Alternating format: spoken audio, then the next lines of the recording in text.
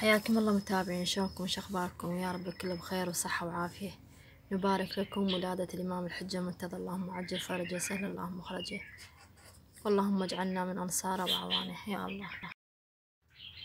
روتيني يوم 15 من شعبان، وحنا صايمين طبخة على الفطور. هنا الدجاج، خليت الدجاجة تعرق بالجدر، ضفت عليها بهارات، وبعدين ضفت الخضروات بصل وطماطة وفلفل بارد وثوم، حمسة ويا الدجاج والبهارات الخضروات، وبعدين ضفت الماء. هنا التمر عندي نص ساعة منقعته تمر الحصة، وبالجدر ضفت زيت وبصل. بعد ما حملت ضفت التمر وضفت عليهم هنا بهارات وملح وضفت الماء عليه. وبعد ما استوى حطيت عندي هنا طعم المنديل مدخن، وبعدين رشيت هنا صبغ اللوزين أصفر وصبغة المنديل البرتقالية. راح أتركه يتهدر، وبعدين أقلب التمر وأسويه حبة حبة. عندي هنا للدجاج هاي صبغة المنديل، ضفت عليهم شوية زيت وملح وليمونة. راح أدهن الدجاج، وهنا التمر بعد ما استوى صار بهذا الشكل. وهنا الدجاج راح أمسحنه بهاي الصلصة سويتها، وأحطه بجدر بالتنور الكهرباء يشوي. وهنا عندي الدجاج بعد ما استوى راح أسوي هنا الدقوس الحار. عندي هنا بصل وثوم وطماطة وفلفل بارد، وراح أضيف عليهم شوية خل وبالخلاط أخلطهم. وبعد ما خلطتهم وصارت بهذا الشكل، عندي هنا جدر وشوية بالزيت، وراح أضيف على الخلطة وأضيف عليه هاي الشرطة الحارة. ما عندي فلفل حار الأحمر، ضفت هاي الشرطة بس الطه نفس الحرورة. خاشوقة معجون وملح وشوية فلفل أسود، وراح أتركه يستوي. الدقوس الحار طعمه كلش حلو. وهنا بعد ما استوى الدجاج والتمر مستوي وصار بهذا الشكل، والدقوس هنا هم مستوى وصار كلش طيب.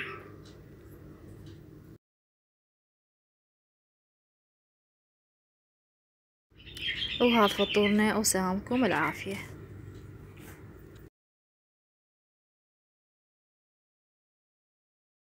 وهنا راح اسوي كيكة الامام المهدي عجل الله تعالى فرجه. طريقتها كل سهلة وبسيطة، حبيت انشرها وتستفادوا من عندنا كوب من الشكر، ضفت عليه بيضتين وراح اخفقهم بهاي الخفاقة لحد ما يتغير لونها ويعطيني لون الكريمي.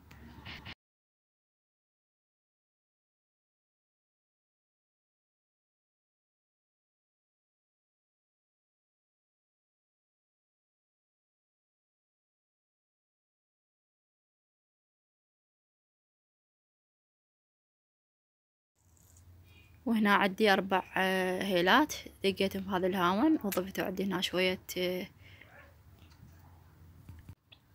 قهوة، العفو نسيتها. وهنا خاشوقة خل توخر ريحة الزفر. عندي هنا نص خاشوقة من المحسن راح اضيفها واكمل خفق مالها.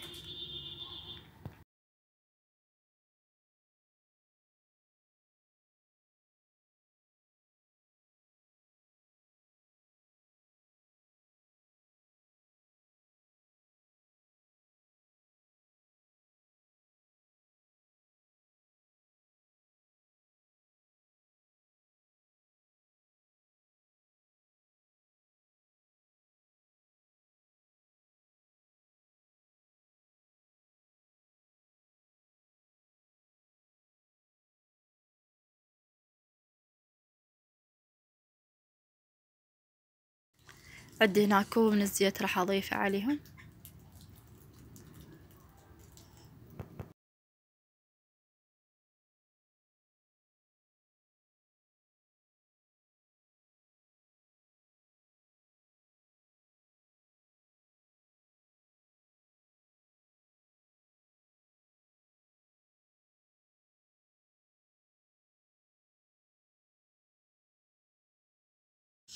وعندي هنا شوية رشة من السودة تنفخ العجين.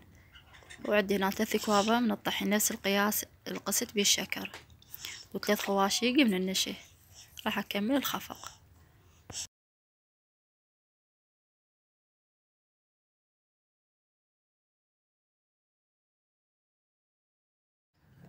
وعندي هنا كوب من الماء، ضفت عليه 3 خواشيق من الحليب البودرة، واضيف على الخليط واكمل الخلط. وهنا احتاجت من عندي ماي، ضفت عليها ربع كوب ماي، صار عندي كوب حليب بربع كوب ماي وكوب صغير زيت.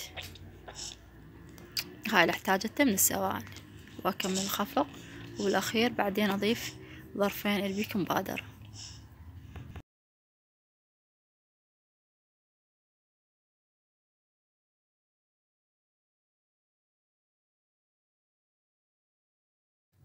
وهنا ضفت البيكنج باودر. عندي هنا القالب داهنته بزيت ورشته طحين، والفرن مشغلته. اول ما بديت بخفق الكيك، عمود يحمل عندي شغلت الفوق والجوا، بعدين من ادخل الكيك اطفي الفوق يبقى بس الجوا.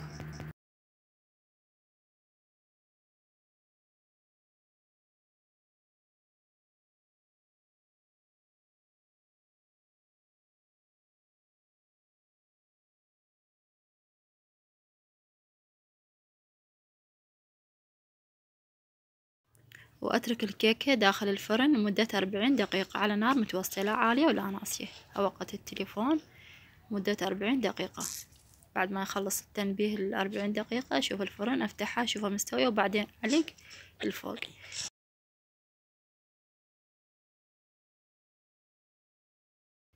وهنا راح اسوي طريقة النوتيلا اللي حشيت بيها الكيك. عندي كوب من السكر طحنته، وراح اضيف نفس الكوب حليب بودرة، ونفس الكوب اضيف زيت، و3 خواشيق كاكاو بودرة مطحون، وضفت شوية قهوة. راح اخلط المواد كل زين، وبعدين بالاخير اضيف القمر.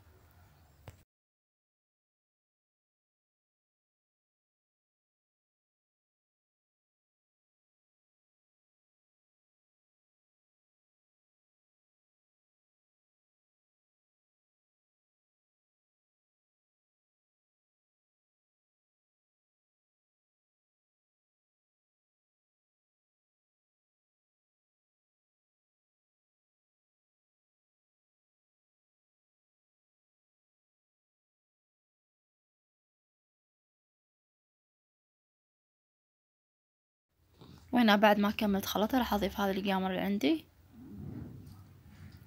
واخلطها كل زين.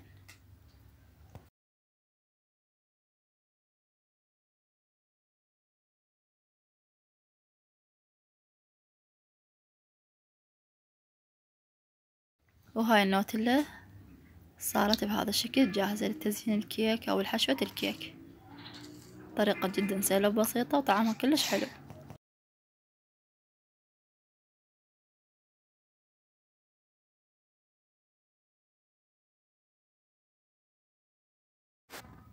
وهاي كيكتنا بعد ما استوت، شوفوا شكلها كلش حلو، وارتفاعها كلش حلو.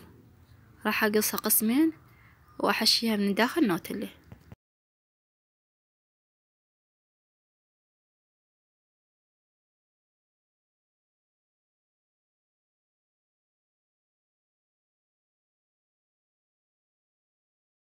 وهنا قسمتها قسمين، وراح ازينها بالنوتيلا من داخل، وزينتها بالكريمة البيضة وباللون الأصفر. تزيين كل سهل وبسيط، وسويت هذا الاحتفال البسيط وفرحت الجهال، وإن شاء الله آخر سنة وإمامنا غايب عني.